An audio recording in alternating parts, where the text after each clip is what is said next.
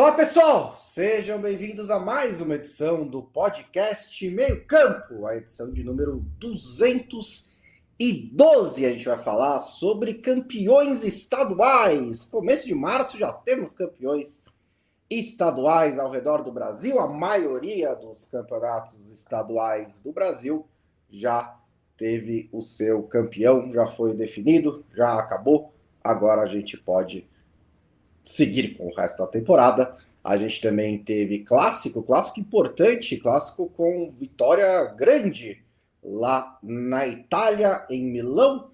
Teve as oitavas de final da Copa da Inglaterra, por coincidência, na Inglaterra.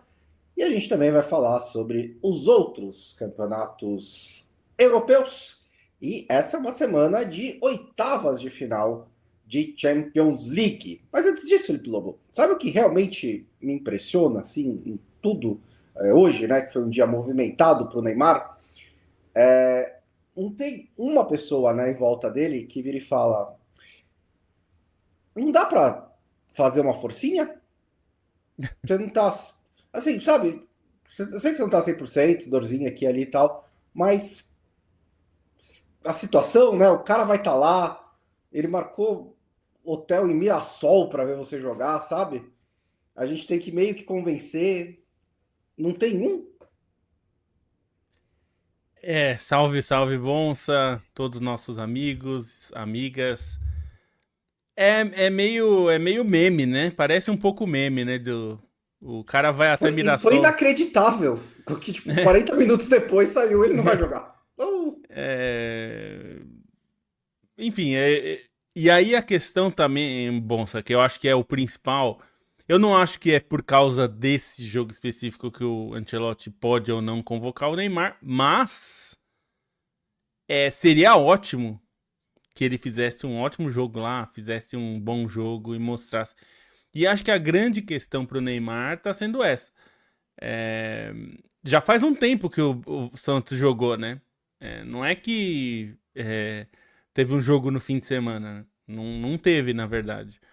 Então, o que eu acho preocupante pro Neymar pensando na Copa, menos para essa convocação de agora, porque pode aparecer ou não, e não acho que vai ter tanto a ver com esse jogo, mas a convocação para a Copa, eu acho que sim.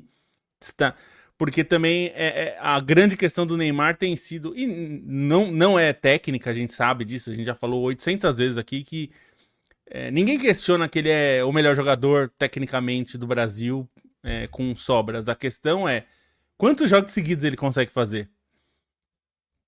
E com intervalo, a Não gente tá falando. consegue, né? Ele, É, basicamente, o que ele tá dizendo pra gente é que ele consegue fazer um jogo por semana. Tipo, dois não dá, então ele escolheu do Corinthians. então significa que isso é um problema, porque a gente tá falando de Copa É. do Mundo. Copa do Mundo são 8 jogos em um mês, um pouquinho mais de um mês. Que vai começar no dia 14, e o Brasil não vai estrear exatamente no primeiro dia, mas enfim, é de 14 a 19 de 14 de junho a 19 de julho. Então é basicamente um mês com 8 jogos. É um calendário brasileiro a Copa do Mundo, né? É jogo com intervalos curtos. Se a gente pensar que você quer estar na Copa do Mundo, você tem que estar preparado para fazer esses 8 jogos. E eu entendo que ele não vai estar 100% pensando no Neymar de todos os tempos. Não vai ter como recuperar, tá no ponto ideal dele, da carreira dele. E tudo bem, todo mundo já aceitou isso. A questão é ele conseguir fazer 4, 5 jogos seguidos, né? E É. isso que a gente não vê. Eu já trouxe aqui no podcast, né, Bonsa, que a gente fez um levantamento há um tempo atrás.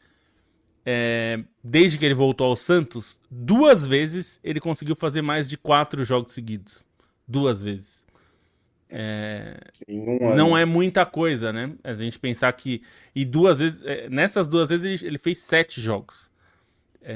Depois disso, ele nunca conseguiu fazer mais de 4 de uma vez só, assim, seguidamente. Eu acho isso preocupante. Eu acho que essa é a maior preocupação do Ancelotti. As pessoas estão preocupadas, às vezes, se ele tá jogando bem ou mal. Eu acho que antes de jogar bem ou Isso. mal, ele tem que estar preocupado em jogar. Se ele jogar 4, 5, 6, 7, 10 jogos, isso seria mais importante. Porque Exato. se ele jogar bem ou não, isso eu acho que é uma coisa que o Ancelotti não precisa ser convencido que ele é bom, né? Exato. O que ele precisa é mostrar que ele confiável para esses 7 jogos, jogando numa intensidade razoável também, né? Se ele entra, joga 10 jogos seguidos, mas anda nos 10 também, né? Mas não é uma questão de decidir, de fazer gol, tipo, não Não, claro que tem não. limiar de gols e assistências que o Neymar precisa fazer até a convocação para convencer o Ancelotti.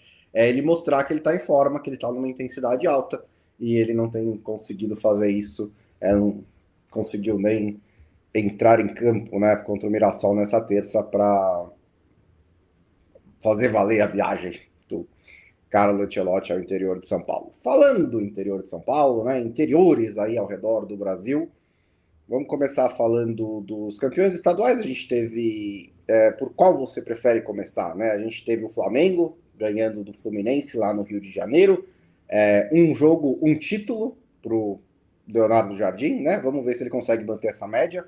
O Palmeiras derrotou o Novo Horizontino, chegou ao seu 27º título estadual, está a 4 do Corinthians. O Novo Horizontino, uma grande história, né, desse começo de campeonato, ganhou do Palmeiras na primeira fase. Todo mundo falou, meu Deus, o que aconteceu aqui? Parecia que era começo de temporada, uma noite ruim do Palmeiras, mas depois foi lá, eliminou o Santos, eliminou o Corinthians e fez bons jogos, né, contra o Palmeiras. Afinal, não foi fácil para o Palmeiras foi melhor nos 2 jogos, mas ainda assim não foi fácil. No Minas Gerais, o jogo ficou um pouquinho ofuscado pelo MMA que rolou ali no fim da partida, né, depois do encontrão do Everson com o Christian. Tivemos 23 jogadores expulsos, e eu gostaria muito de saber se fosse por Campeonato Brasileiro, né? Se tivesse rodada semana que vem, se expulsaria 23 jogadores, né? E todo mundo cumpre suspensão automática, né? É mais fácil quando é daqui a um ano e todos os times estão começando o estadual com o time sub-20 mesmo, né? Então qual a diferença? Mas enfim, o Cruzeiro ganhou com um gol do Caio Jorge, que tem feito muitos gols pelo Cruzeiro, fez 8 em 11 jogos nesse começo de temporada, e aliviou um pouquinho a pressão em cima do Tite, que tinha começado. Ninguém mais gosta do Tite, né? Assim, isso é uma questão. Né? O Tite precisa convencer as pessoas de novo de que ele é no geral, assim, né? De que ele é um bom treinador e que ele não é só um chato de galochas, né? E aí o Cruzeiro começou meio irregular a temporada, deu uma pressãozinha no Tite, mas já tá aí numa boa sequência invicta e conquistou o Campeonato Mineiro, encerrando um hexacampeonato, né, do Atlético Mineiro. Então quebrou um jejum, né? O Cruzeiro não era campeão desde 2019 e no Rio Grande do Sul o Grêmio venceu o Internacional que no geral fez um Campeonato Gaúcho melhor, né? Liderou a primeira fase, passou com mais tranquilidade pelo mata-mata. O Grêmio precisou dos pênaltis para eliminar o Juventude, mas na hora H, né, no jogo de ida da final lá na Arena Grêmio, ganhou por 3-0, e aí era uma montanha meio alta pro Colorado escalar, nem chegou perto de fazer isso, né? O Grenal começou daquele jeito Grenal, que assim, eles deviam avisar, falar, a gente vai começar a jogar bola daqui a 15 minutos, tá? Por enquanto a gente só vai brigar. E aí, se você quiser, você volta e vê a gente jogando bola daqui a pouco. Porque o começo do jogo foi isso, né? Deram uma pancada na Muzu, depois era uma pancada no outro, e aí confusão, 18 minutos de acréscimo e tal, mas não teve muito como o Internacional voltar, e o Grêmio recuperou o título gaúcho. O último tinha sido do Inter, mas os 7 anteriores tinham sido do Grêmio. Muito variado, né? O que eu acho que dá pra dizer, Bonsa, de uma maneira geral, é que o futebol foi meio segundo plano, né? Na maior parte dos casos. Acho que tirando São Paulo, talvez. Porque, assim, no Rio. São Paulo não foi não foi um jogo, um duelo incrível e tal, mas pelo menos o Novo Horizontino fez frente, assim, dentro das suas possibilidades. É um time de Série B, né? Que é bastante coisa pensando em campeonato estadual, né? Mas não conseguiu vencer o Palmeiras, embora perder os 2 jogos parecesse um pouco cruel, né? Pelo que foram os 2 jogos. Mas acho que. E esse não foi um jogo bom. E mesmo assim, talvez tenha sido o jogo que teve mais futebol, né? Jogado. Porque nesses outros todos, Grêmio e Inter foi brigado, enfim, teve decisão polêmica sobre a arbitragem, se foi pênalti pro Inter, que voltou depois e tudo mais. O Inter já tinha reclamado muito no primeiro jogo. Aliás, os dois times, né, reclamaram, porque esse é o verdadeiro esporte nacional também, né? Então, assim, não que não tenha razão, às vezes você tem razão, mas todo mundo reclama com ou sem razão, né? Não é exatamente algo novo. Flamengo e Fluminense decidiram que não queriam jogar, não quiseram fazer um jogo. Podiam ter tirado no Paro Ímpar a final, porque acho que seria mais emocionante. Não foi muito divertido. E, bom, Cruzeiro e Atlético, ninguém nem sabe. Nunca. Esse jogo, acho que as pessoas nem vão lembrar do gol do Caio Jorge que deu o título, assim, porque vai ficar para sempre como o jogo da pancadaria, do recorde de expulsões do futebol brasileiro e tal. E o livro dos recordes tweetou, né, que só não foi um recorde de expulsões porque teve um jogo que teve 36 expulsos na 5ª divisão argentina. Que ele expulsou todos os jogadores, todos os titulares e reservas dos dois times foram expulsos porque foi uma pancadaria. Triste é que nunca vai ser superado, né? Porque, não, nunca. 36 até tem países que você pode levar 11 pro banco ou 12 pro banco, né? Então, talvez. Mas não sabia difícil. Dessa. O livro dos recordes postou que eram os 11 titulares e mais 7 reservas de cada um. Sim. E todos foram expulsos porque foi aquelas pancadarias generalizadas, mais ou menos como a gente viu no Mineirão, né? Tanto que o GE fez uma matéria falando sobre os que não foram expulsos, porque você conta nos dedos os que não foram expulsos, né? Agora, para falar sério, isso daí era passível de uma punição muito séria para os clubes e principalmente para os jogadores, né? A gente sabe que eles vão fazer uma palhaçada qualquer de 10 jogos, que vale só para o campeonato estadual, vão entrar com recurso e tal, no fim vai virar 5 jogos, que é isso que você falou, os jogos do estadual que ninguém liga mesmo, então não vai dar nada. Mas esse era um caso, porque é caso de agressão, né? Não é uma expulsão de jogo, eventualmente até uma entrada violenta, mas isso não teve nada a ver com o jogo, né? Foi uma pancadaria mesmo. A gente sabe que tem o Código Brasileiro de Justiça Desportiva, essas bobagens. É que, assim, a nossa fé no STJD e afins é tão grande que a gente já sabe que na prática não vai acontecer nada de grave, né? Porque, assim, seria o caso, sinceramente, se eu não sei qual que é a possibilidade juridicamente, e eu sempre fico incomodado de usar termo jurídico, porque eu sempre lembro que o STJD não é parte do sistema judiciário, né? Ele não é parte do sistema judiciário. Essa galera não é concursada. Ela é escolhida por gente da CBF. Tem ali, enfim, é toda uma coisa de amigos, né? Então não tem muito mérito. Eu não estou dizendo que as pessoas lá não tenham mérito nas suas carreiras, mas a escolha para o STJD é uma escolha eminentemente política. Então não tem um concurso para ser juiz do STJD. Talvez, já que eles querem muito fazer um negócio desse daí, talvez deveria ter, né? Ou deveria ser o Tribunal de Penas, que aí a gente assume, tira esse verniz de justiça e de judiciário que o STJD tem, embora eu sei que tem um problema constitucional que em 88 se estabeleceu lá, que isso aí tem que existir e que os órgãos de esporte precisam estabelecer isso, mas enfim, na verdade o STJD é um tribunal de penas. Dito tudo isso, a gente sabe que eles têm um peso político muito grande, então esse tipo de punição depende de quem é o jogador. Se isso aí tivesse acontecido na 3ª divisão do campeonato sul-mato-grossense, esses caras ia ter gente banida do futebol aí. A gente sabe que o peso não é igual quando eles julgam esse tipo de caso. Então, mas é um caso que era para ter, por exemplo, 2 meses de suspensão para uma galera. E não digo todos esses 23 expulsos, mas tem um jogador ali que talvez, porque a punição é por dias, deveria tomar uma suspensão séria que valesse, enfim, para qualquer competição brasileira. A jurisdição brasileira não vale para campeonatos internacionais, né? Evidentemente.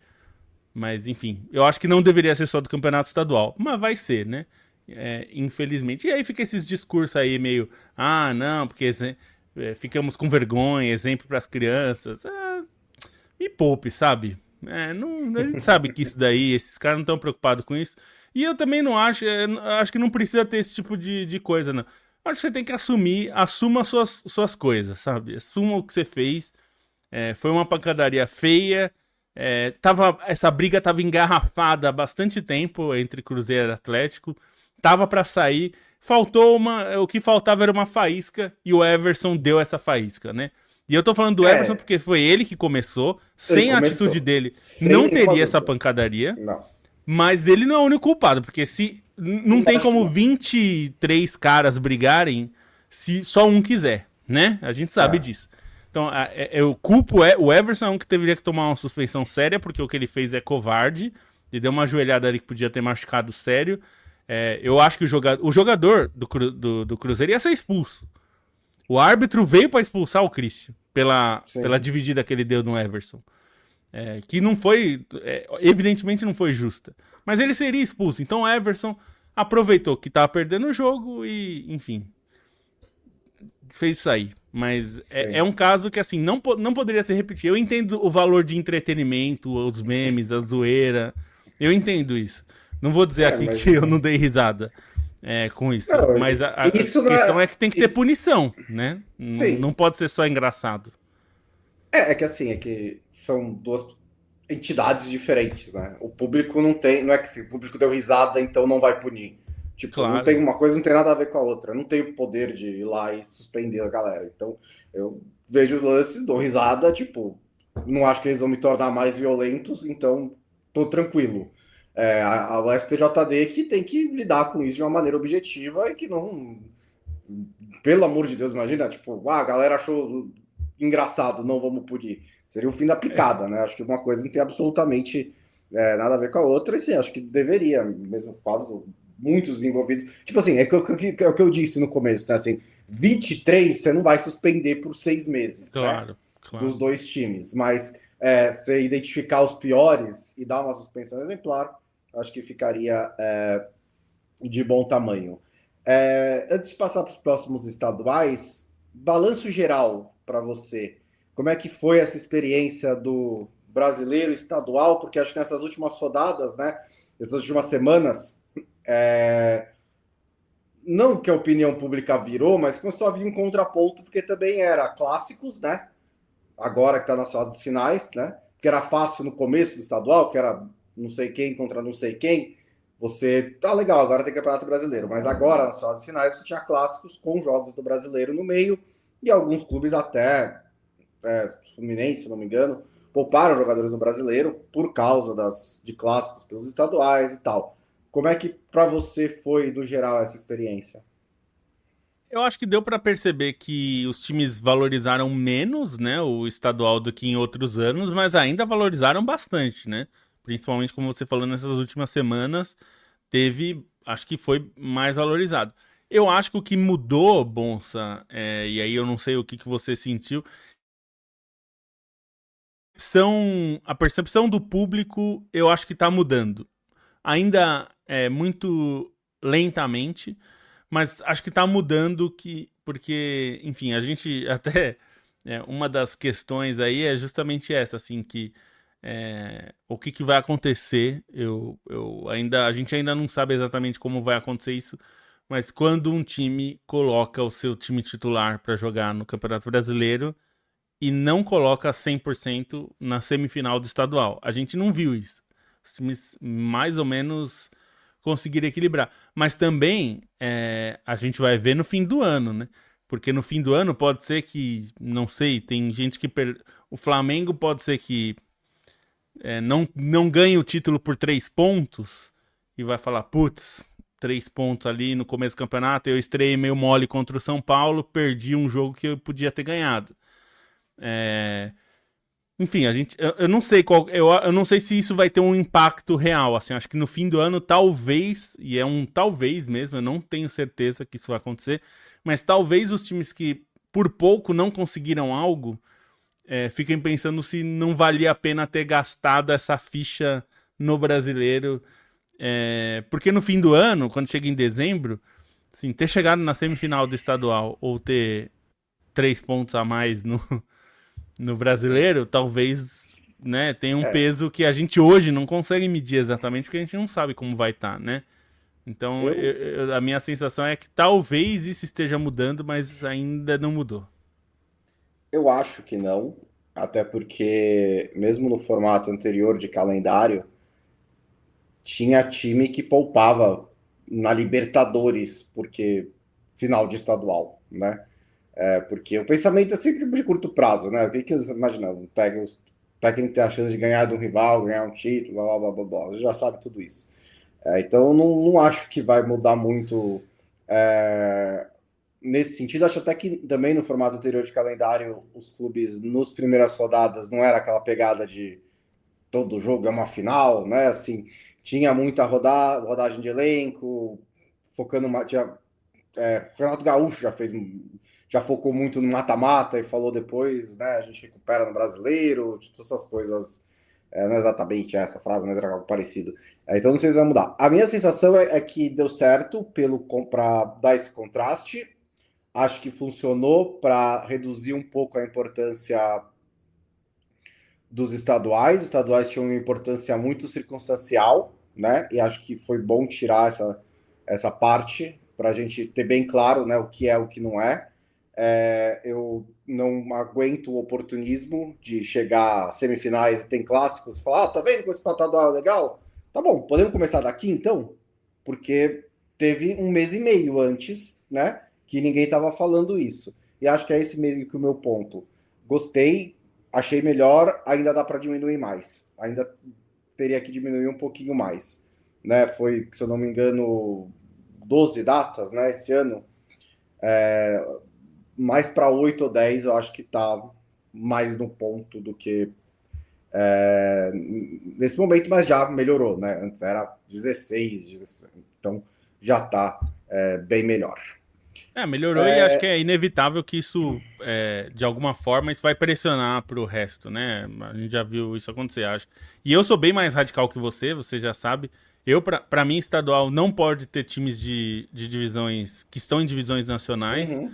É, eu entendo que se precisa existir um campeonato desse, que, por exemplo, a Série A começou cedo, mas a Série B não, né? Então, É, se precisa ter um campeonato para preencher esse espaço aí enquanto a Série B não começa, eu sou a favor dos times grandes jogarem com um time sub-20, ou sub-21, ou um time B. Enfim, qualquer coisa assim. Se precisa realmente que os times grandes joguem, é imprescindível. Beleza, então os times vão jogar como aconteceu já na Copa Paulista, que os times pegam, às vezes, times B para jogar a Copa Paulista aqui em São Paulo no segundo semestre. E é uma forma de dar um pouco de rodagem para os caras e tal. Mas não, eu por acho mim que é um pode, caminho. por mim eu adoro eu apoio essa sua ideia também, tô tranquilo, eu não faço a menor questão. É que assim, tem muita gente que defende, né? E eu acho que a Sim, gente não vai sim. chegar ao ponto em que eles vão desaparecer. Então, se a gente puder encaixar ali em tipo um mês e meio, eu acho que Mas com um beleza, formato pelo de menos Copa é do o meio Mundo, assim, termo. tipo, os 8 Exato. jogos, acho que já tava ótimo já. Vamos dar um giro pelo Brasil, mencionar pelo menos aqui alguns campeões estaduais. Em Alagoas, o CRB ganhou seu 36º título. É o primeiro pentacampeão do campeonato alagoano. Na Bahia, o Bahia ganhou pela 52ª vez. Foi o terceiro Bavi seguido na final do Campeonato Baiano e está 2-1 para o Bahia. Foi 2-1 para o Bahia no jogo e o Bahia ganhou 2 e perdeu um desses 3 Bavis. No Ceará, o Fortaleza ganhou a final, né? Ganhou do Ceará nos pênaltis, foi campeão pela 47ª vez e empatou com o Ceará em títulos, cada um tem 47. O Fortaleza conquistou 6 dos últimos 8 campeonatos cearenses, mas havia perdido os últimos 2. No Maranhão, a gente teve um campeão inédito, né? Inclusive foi na semana passada, né? O IAP conquistou o seu primeiro título, vencendo o Motoclube nas semifinais e o Maranhão na decisão. E em Santa Catarina também teve um campeão inédito, o Barra conquistou o Campeonato Catarinense pela primeira vez, ganhou da Chapecoense na final. No Mato Inclusive com uma Grosso, atitude horrível, hein, da Chapecoense. Não vi. Acho que vale citar que durante a comemoração do Barra, que é um time que subiu da Série D para a Série C, né? É Sim, um sim. time novo. Durante a comemoração, a Chape desligou as luzes do refletor, dos refletores do estádio e mandou a PM entrar em campo para tirar os caras. Tipo, saiba perder, né? Não seja pateta e ridículo como... Assim, a Chapecoense deveria ter um pouquinho de empatia, né? Acho que ela deveria entender que isso existe. E a PM obedeceu, né? É. Lógico. Porque se você falar, vai lá e cria confusão. A PM fala, oba. Não É teve para porrada, isso. violência, nada, mas Sim, assim, mas não pode fazer isso, né? Deixa os caras comemorarem. comemoraram. É parte do negócio, né? Mato Grosso Misto ganhou o seu 25º título, quebrou um jejum de 18 anos sem ser campeão. E, mesmo 18 anos sem ser campeão, ele ainda é o maior campeão do estado do Mato Grosso. No Pará, o Paysandu ganhou pela 51ª vez o campeonato paraense. E no Paraná, o Operário foi bicampeão paranaense. Ganhou os últimos Olha aí. 2 títulos do campeonato estadual. E em Pernambuco, o Sport foi tetracampeão consecutivamente. Ganhou o título pela 46ª vez. Mais alguma coisa a acrescentar a esses campeões aqui que eu citei, Lobo? Ou podemos seguir? Não, é isso aí mesmo. Então, antes da gente ir para a Europa, é 9 de março e já 20% da Série A trocou de técnico. 5 dos 20 clubes, né? E assim, na escala de o que aconteceu aqui, a demissão do Hernan Crespo hoje está em segundo lugar, né? Só atrás da do Felipe Luiz. As outras você meio que entende, né? Eu achei que o Osório estava aposentado já, o Fernando Diniz não estava ganhando um jogo, tipo, tem várias coisas ali. Mas o Crespo era líder, né, do brasileiro, não fez um estadual ruim, perdeu do Palmeiras na semifinal. Não me parecia que era o treinador que estava balançando no cargo, mas parece que faltou sintonia com o elenco, né? Ele devia ter um pouco mais de sintonia. Foi esse o diagnóstico que saiu. Que é o que está virando moda também, né? O Geode tem falado bastante sobre isso no Twitter, né? Os dirigentes demitem o treinador e não dão explicação, mas vazam pelos setoristas para tentar controlar a narrativa. Mas eles não se colocam, né? Não colocam a cara na demissão para começar e não se abrem a contestações ou a justificativas para explicar e ser questionado e ser contra-argumentado para realmente ter ali uma discussão aberta. Eles só vazam os motivos, que também tanto faz, para mim se é verdade ou se não é, mas eles vazam e aí cria essa narrativa e segue em frente. Primeiro que assim, eu não compro essa história aí. É uma história super estranha, de que tinha conflito com o grupo. O que saiu, das coisas que saíram, que várias pessoas diferentes conseguiram apurar, é que o que tem é uma divergência com a diretoria, né? A diretoria queria... Primeiro, estava insatisfeita com as declarações do Crespo, desde aquela bobagem lá do Henry falar de 45 pontos do São Paulo, nós somos o São Paulo é incaível, aquelas bobagens. Não gostaram daquilo, mas principalmente o que saiu hoje é do planejamento, porque a ideia do Crespo era colocar todos os titulares para jogar no Brasileiro e não nas Copas. Não que não jogaria com os titulares nas Copas, mas que a prioridade, se tiver que escolher entre um jogo e outro, por exemplo, se o Lucas não tiver condições de jogar os 2 jogos, ele vai preferir colocar no Brasileiro. Porque o Brasileiro é digamos, o planejamento de longo prazo, é o que você consegue garantir mais, né? Porque estar entre os 4 primeiros, por exemplo, no Brasileiro e ir direto para a fase de grupos da Libertadores, seria muito importante para o clube e tudo mais. Os dirigentes pensam que o negócio é investir em título e tem que focar 100% nas Copas. Essa é uma parte do negócio. A segunda parte é justamente essa insatisfação que muita gente da diretoria parece ter, muita gente apurou que essa insatisfação com as declarações do Crespo aumentou muito, e aí ele deu uma entrevista que nem foi ao ar ainda, mas que já soltaram trechos em que ele repete algumas coisas do tipo, vai demorar para o São Paulo brigar, né, por títulos, e que a diretoria não gostou.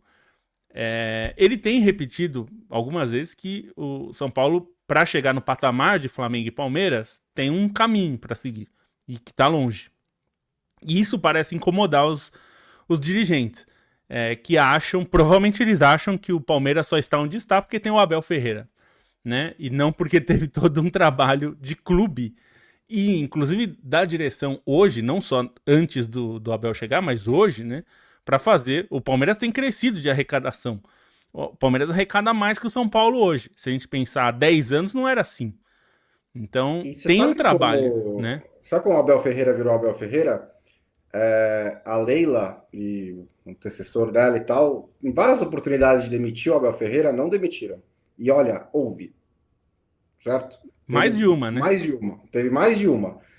Mas não tomaram essa decisão, né? Então também não adianta falar, eu quero um Abel Ferreira, mas ele tem que dizer para você que ele vai ser o seu Abel Ferreira na primeira semana, porque você não permite, né, que ele se desenvolva e tenha o controle do clube e o status e as costas que o Abel tem, porque isso você só consegue com o tempo. E importante lembrar que o delegado da Polícia Civil que investigou o caso dos camarotes falou que os dirigentes, enfim, as pessoas, transformaram o Morumbi num cassino. São palavras da polícia, do delegado. Então, esses caras estão falando que a culpa é do Crespo, que não tá brigando por título, não é porque transformaram o Morumbi num cassino e tem gente ganhando dinheiro com camarote, tem um monte de gente embolsando grana do clube. A culpa não é deles, a culpa é do Crespo por falar que tem que conseguir 45 pontos. Então, assim, é gente que está deslocada da realidade. A gente sabe que o São Paulo é um dos clubes menos democráticos do Brasil, que é um grande feito, porque o Brasil não é conhecido por ter clubes super democráticos e abertos. Mas, então, assim, eu acho que eu concordo com você que só a demissão do Felipe Luiz parece mais estúpida, né?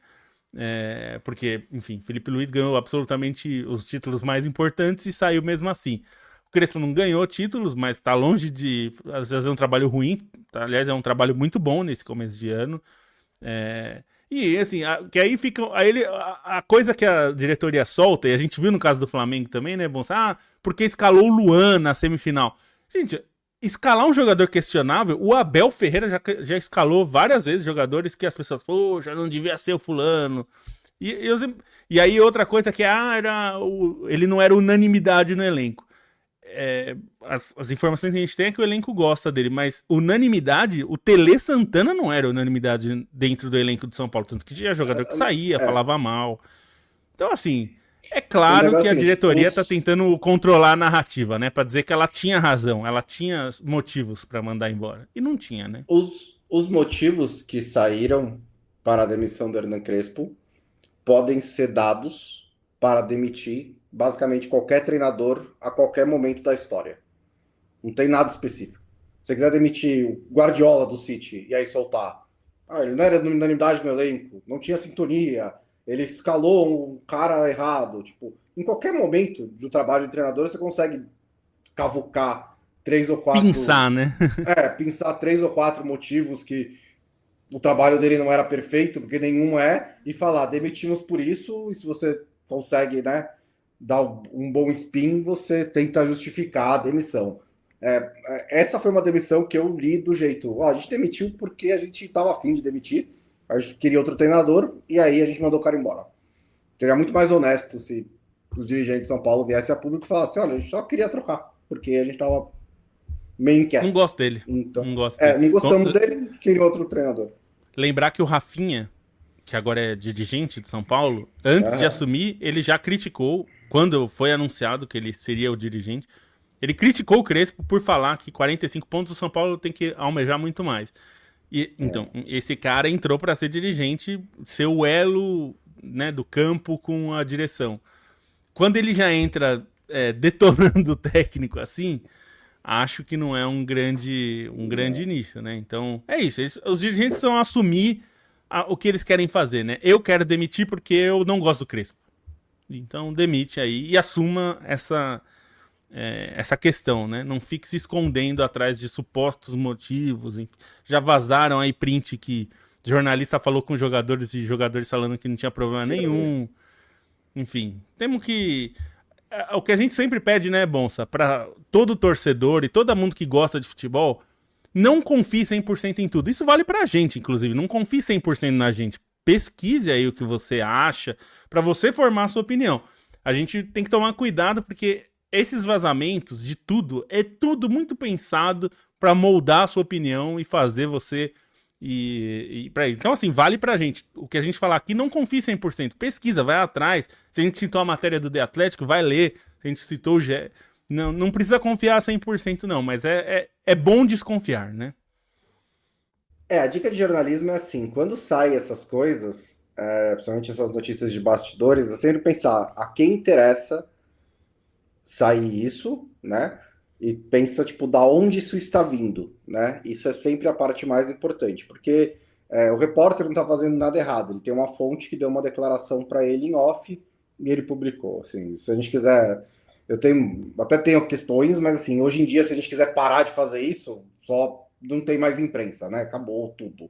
Então não tem problema, o repórter está fazendo a coisa certa, mas a gente tem que analisar, né, a notícia, analisar essas reportagens, essas fontes de bastidor e ver, tipo, da onde isso tá vindo, né? Porque é perfeitamente possível, e ainda mais assim, uma coisa como essa, falta de sintonia do elenco, como é que você vai checar, né? Tipo, você vai chegar em cada um do elenco e falar como estava a sua sintonia com o Hernan Crespo. Então, não tem como fazer esse tipo de coisa, né?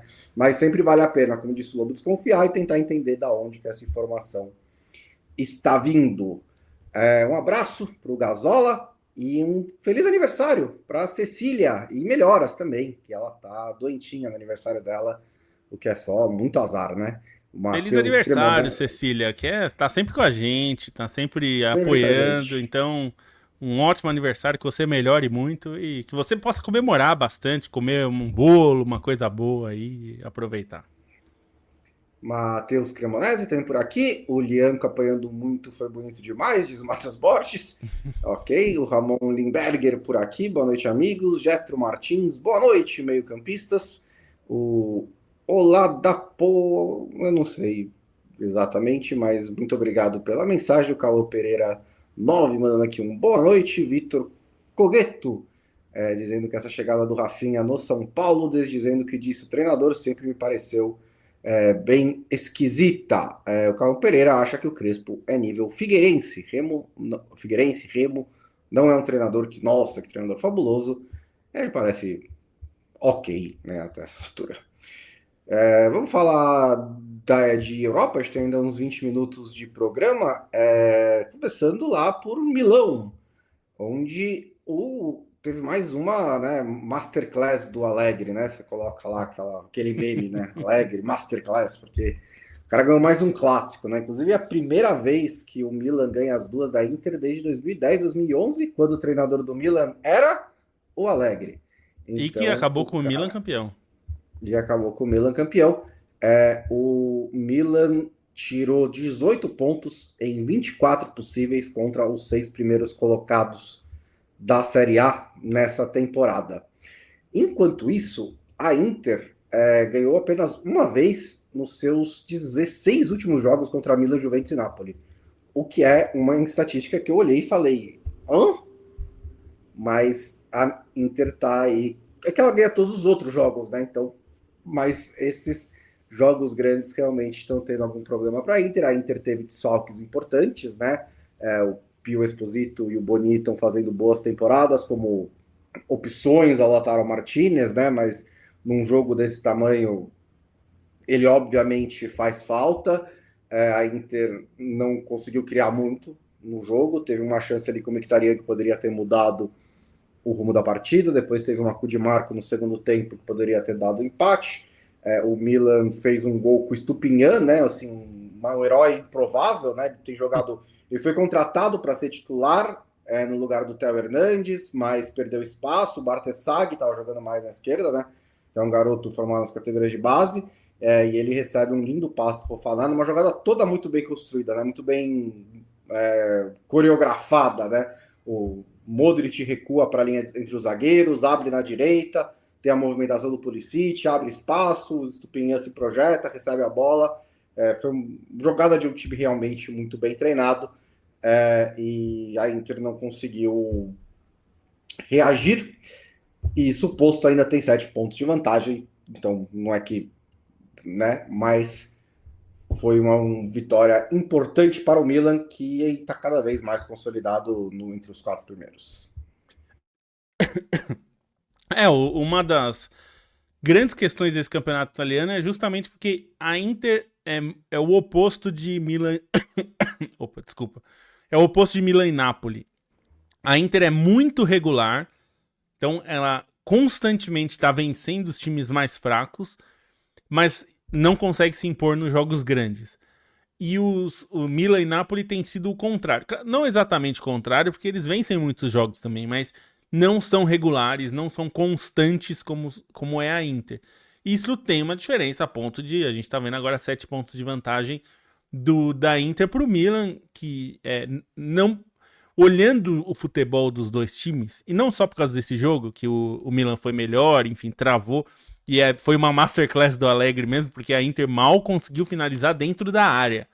Então, assim, se você olhar a estatística pura e tal, talvez você ache que a Inter, enfim, foi melhor no jogo e tal, mas quem assistiu o jogo sabe que a Inter pouquíssimas vezes levou perigo durante o jogo inteiro. Teve esse lance do Mkhitaryan no começo do jogo, ali no primeiro tempo, mas raras vezes a Inter realmente levou perigo, porque se tem uma coisa que o Allegri consegue fazer bem, na maior parte das vezes, é defender o funil, né? Defender a sua área. Isso o Allegri faz muito bem, conseguiu fazer muito bem nesse jogo também.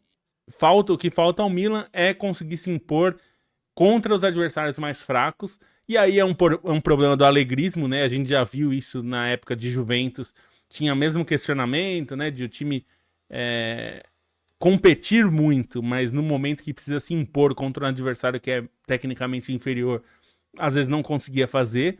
Esse é um problema do Milan também, e tem sido um problema do Napoli, né? O Napoli melhorou, mas ainda é um time que às vezes rateia um pouco e não consegue se impor. Então, assim, ganhou uma vida o campeonato, um pouco, porque acho que se a Inter ganha do Milan, a sensação seria que acabou o campeonato. Mas ainda 7 pontos ainda é muita coisa, né? Considerando justamente isso que a gente está falando, a Inter não é um time que perde pontos muito facilmente, né?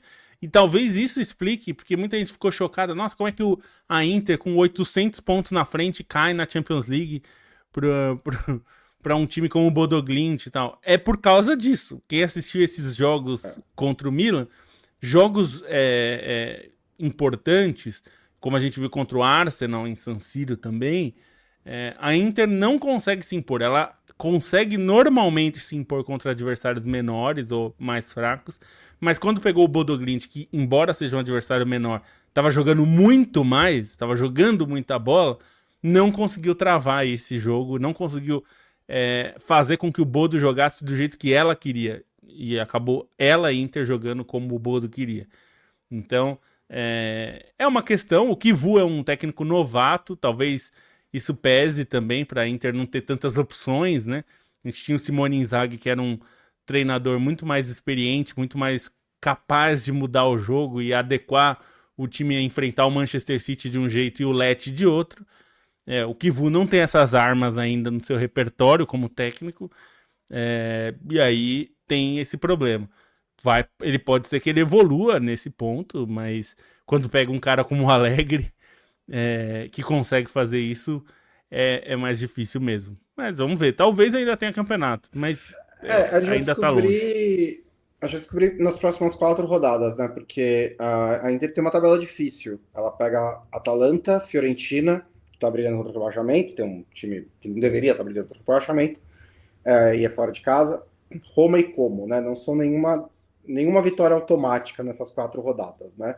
Então, assim, também não quer dizer que o Milan vai ganhar as 4 também, né? O Milan pega Lazio na próxima rodada, tem o Napoli fora de casa, mas se é para ter campeonato, alguém tem que fazer alguma coisa extraordinária aí, né?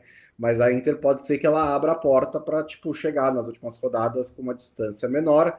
Ela ainda tem, depois dessa sequência, a Lazio fora e o Bolonha fora nas últimas 3 rodadas, que também são possíveis cascas de banana. Então, sei lá, pode ser, mas vai depender bastante do que vai acontecer nas próximas semanas. A Inter tem alguns jogos difíceis aí pela frente. O Napoli tem 56 pontos, né? A Inter tem 67, o Milan tem 60, o Napoli tem 56, o Como tem 51, Como entrando na briga aí por vaga, né, na Champions League, empatado em pontos com a Roma. A Juventus caiu para o 6º lugar com 50, e aí tem um gap de 4 pontos para a Atalanta. Então a briga pela Champions aí entre esses 4 ou 3 clubes, né? Napoli, Como, Roma e Juventus. Na Inglaterra, nós tivemos rodada das oitavas de final da Copa da Inglaterra, né? Eu odeio que eles não falam oitavas de final, né? Eles só têm os nomes específicos a partir das quartas, né? Então é a quinta rodada. Aí eu sempre tenho que fazer conta para falar, pera, é oitava de final, né? E basicamente, tirando uma grande zebra, né? Teve os favoritos conseguiram avançar, né? O Liverpool ganhou do Wolverhampton por 3-1, o Arsenal poupando muitos jogadores, né? E, enfim, ganhou do Mansfield Town da terceira divisão por 2-1. O Chelsea foi levado à prorrogação pelo Wrexham, que não vai comprar do Ryan Reynolds, que não vai comprar o Santa Cruz, e acabou ganhando por Pelo amor de 4 Deus a também, né? Quem que 2 acreditou nisso? Não sei. Tipo, eu acho. Por que não? Também, né? Pensei assim. Ele tá querendo buscar outros clubes para investir? Parece ser um bom investimento, né? Tem como. Mas, enfim, ele desmentiu. O Manchester City ganhou do Newcastle. O Newcastle foi eliminado das 2 Copas pelo Manchester City. Está no meio da tabela, 12º lugar da Premier League. Tem basicamente na Champions League aí uma última chance de tentar salvar essa temporada. Só pega o Barcelona. O Southampton ganhou do Fulham e o Port Vale, que é a grande surpresa, né? Eliminou o Sunderland. O Sunderland faz uma ótima temporada e o Port Vale está na terceira divisão e conseguiu essa enorme vitória. O Leeds ganhou do Norwich e hoje, né, segunda-feira, nos pênaltis, o West Ham eliminou o Brentford. E aí, nas quartas de final, vou pegar aqui rapidinho, que eu já devia ter pegado, né? Mas tudo bem. A gente vai ter Chelsea contra o Port Vale, o Arsenal vai enfrentar o Southampton e o Liverpool visita o Etihad Stadium para enfrentar o Manchester City, porque não basta pegar o Manchester City, você ainda tem que pegar o Manchester City fora de casa. É, aí é um pouco duro, né? Ficou pro Liverpool, ficou é bom pra quem assiste, né? Porque vai ser um jogo divertido de assistir. Chelsea se deu bem nessa, o resto eu acho que é assim, o Arsenal é favorito, né? Evidentemente. E West Ham contra o Leeds vai ser mais equilibrado, né? Mas até porque são dois times ali mais ou menos do mesmo, brigando pelas mesmas coisas, né? Nesse momento. Mas vai ser divertido esse Manchester City Liverpool, porque pro Liverpool especialmente é uma chance de título na temporada, já que a Premier League, né, já foi com Deus há muito tempo. É uma chance de um título que pode ser importante aí, né? A gente não sabe quem que vai ficar. Tá com cara, né, Bonsa, que o Liverpool vai precisar fazer algumas mudanças no elenco, não uma grande revolução, mas eventualmente acho que vai precisar de uma outra mudança. Então, vai saber. Não sei se o Salah vai estar lá na próxima temporada. Enfim, a gente nunca sabe, né? Do jeito que tá agora, é difícil de saber. Então, pode ser um título importante aí. E eliminar o Manchester City certamente melhoraria a moral do time, né? E vale mesmo pro Manchester City, né? Eliminar o Liverpool, acho que ajudaria bem o time nessa reta final. O maluco do Brentford hoje errou na deixadinha, o Altara, né? Tentou ali a cavadinha e deixou o Brentford na mão, coitados. Do Brentford, que também faz uma ótima temporada, considerando tudo que aconteceu, né? Perdeu o técnico, perdeu vários jogadores importantes, está conseguindo brigar lá na parte de cima É da a melhor tabela. temporada, né? Até agora. Não sei se vai acabar ali, né? Mas se acabasse agora, seria a melhor temporada do Brentford. Que é uma loucura, né? É uma loucura.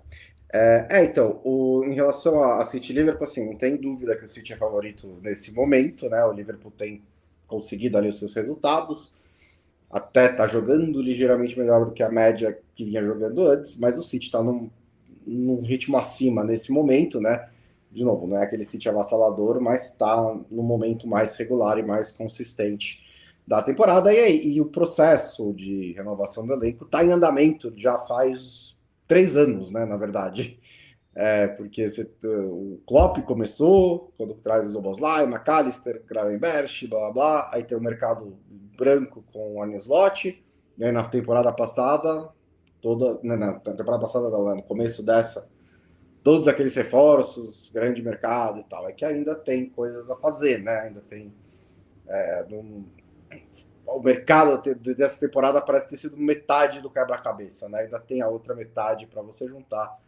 Também acho que eu até diria nesse momento provável que o Salah não continue. Vai depender muito dele querer, né? De que propostas que vão aparecer, se vem Arábia Saudita, se vai ter alguma possibilidade, ele ainda tem contrato, mas pode ser mesmo que uma caminhada na Copa da Inglaterra seja o último título de Salah. Com o Liverpool, pelo menos a última grande oportunidade disso acontecer. Na Espanha, encaminhando aqui para o fim, o Real Madrid ganhou do Celta de Vigo no fim do jogo, né, um gol do Valverde ali no apagar das luzes, quase que o Real Madrid tropeça pela terceira rodada consecutiva, mas ganhou. E colocou uma pressãozinha em cima do Barcelona, que foi ao San Mamés e também ganhou. E então segue tudo igual lá na ponta da tabela da Espanha. O Atlético de Madrid também ganhou. Então não tenho. O Villarreal também ganhou. Então não tenho muito o que acrescentar em relação a isso. Quase tudo igual por lá. E na Alemanha também. Oi, pode falar, Lobo. Só que o Real quebrou uma sequência de 2 derrotas, né? E tá bem desfalcado, o Mbappé tá machucado, o Rodrigo machucou e vai ficar fora da temporada. Foi importante ganhar, mesmo que com muito suor do Celta, mas era importante ganhar, né?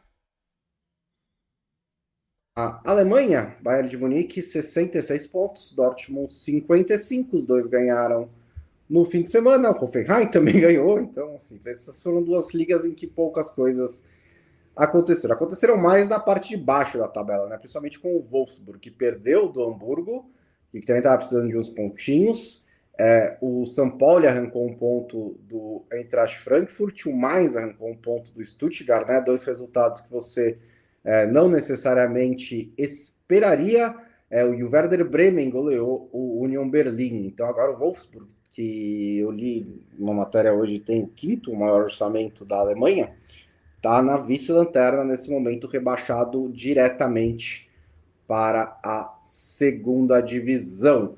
E contratou o técnico, apostou no passado, né? Trouxe o Dieter Hecking, que é um técnico que passou lá uns 10 anos atrás, quando o Wolfsburg teve aquela sequência com o De Bruyne, que ganhou a Copa da Alemanha, derrotando no último jogo do Klopp pelo Dortmund, que chegou longe em competições europeias, fez boas campanhas naquela época, trouxe o cara de volta para ver se ele consegue dar uma reviravolta aí no Wolfsburg, porque um rebaixamento seria realmente muito desastroso. Lembrando que o Wolfsburg, né, é um daqueles times das exceções do 50+1, né? Porque o time pertence ao grupo Volkswagen. Tem uma regra que eles inclusive querem acabar, né, na Alemanha, de depois, se você ficar 20 anos investindo constantemente ali, você pode se tornar, né, um acionista de vez do time. Isso acontece com o Bayer Leverkusen, por exemplo, que é obviamente da Bayer, né, da indústria farmacêutica, e com o Wolfsburg também. O Leipzig ainda não é. O Leipzig tem um esquema que eles questionam, porque o Leipzig ele segue o 50+1, mas quase boa parte dos acionistas são funcionários ou pessoas ligadas à Red Bull, então eles meio que dão uma driblada. Essa é uma das razões que os torcedores dos outros times não gostam do Leipzig, né?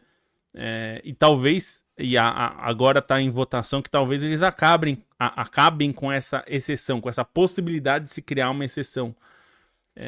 Então isso pode afetar diretamente aí o Leipzig. Mas é pesado, porque o Wolfsburg ser a quinta folha, eu trouxe esse dado justamente por isso, porque é um dos times que, teoricamente, teria condições de se manter num patamar alto e brigar por Champions League, mas não tem conseguido, tem feito um trabalho muito ruim, né? E aí é loucura, né? O time pode cair para a segunda divisão, o que significaria basicamente ter que mandar um elenco quase todo embora, porque seria muito caro para o padrão da segunda divisão, né? Na França, o Mônaco provou que a prática leva à perfeição, né? Pegou o PSG pela terceira vez em 2 semanas e conseguiu finalmente vencer. Ganhou por 3-1 e abriu a porta para o Lens encostar, diminuir um pouco a diferença. Agora o Lens está 1 ponto atrás do PSG, então tem briga lá na França também, né? O Olympique de Marseille ganhou do Toulouse, é o terceiro colocado com 46 pontos, e o Lyon ficou no empate por 1-1 com o Paris FC. O Lyon também tem 46 pontos, a briga pela vaga na Champions League, né? Tá mais ou menos ali entre Marseille e Lyon.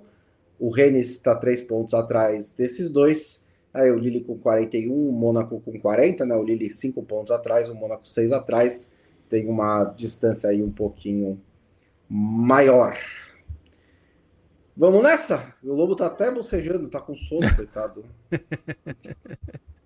Não, é isso. A gente falou bastante coisa aqui e o Endrick ficou no banco nesse jogo do Lyon, né?